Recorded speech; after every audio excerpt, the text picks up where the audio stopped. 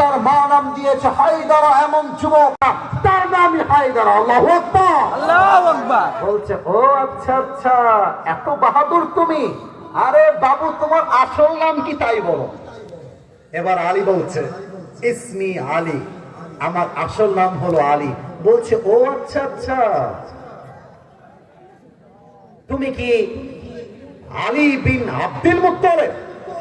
তোমার বাবা কি আব্দুল মুত্তালিব? বলছে না না, আমি হলাম আলী বিন আবি তালেব, আমার বাবার নাম হচ্ছে আবু তালেব। বলছে ও, আরে ভাতিজা, তুমি তো আমার ভাতিজা হও, তোমার বাপ তো আমার বন্ধু, আমার ভাই।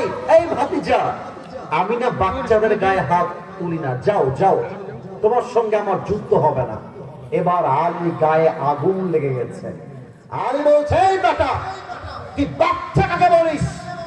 একবার আয় না যুদ্ধ করতে, একটা কোপ মারবো তোর মাথার পাল্লা দেহ থেকে আলাদা হয়ে যাবে। ঠিক না বলে? এবার এই কথা শুনে আমর বিন মারহাব রেগে তেলে বেগুনে জ্বলে উঠেছে। বলছে এদিকে মার আমাকে। কিন্তু এবার আলী একটা দামি কথা বলেছেন। এই কথা বলার আগে আমি একটা প্রশ্ন সবাইকে করতে চাই, মুনাফিকি পরিচয় দিবেন না।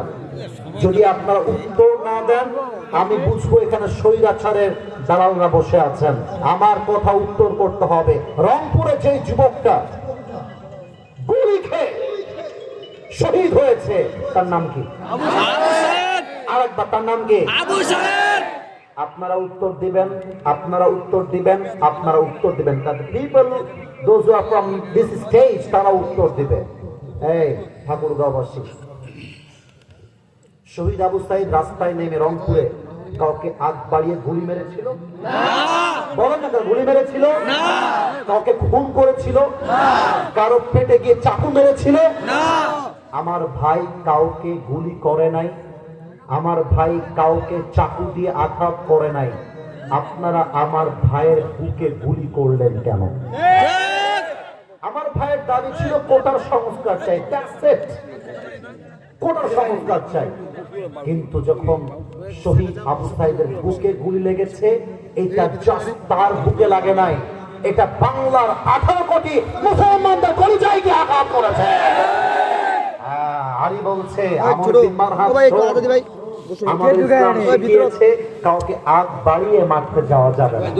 কেউ যদি মারতে আসে, তার কালো হাতকে ভেঙে গুড়িয়ে দেওয়ার নামই হচ্ছে ইসলাম।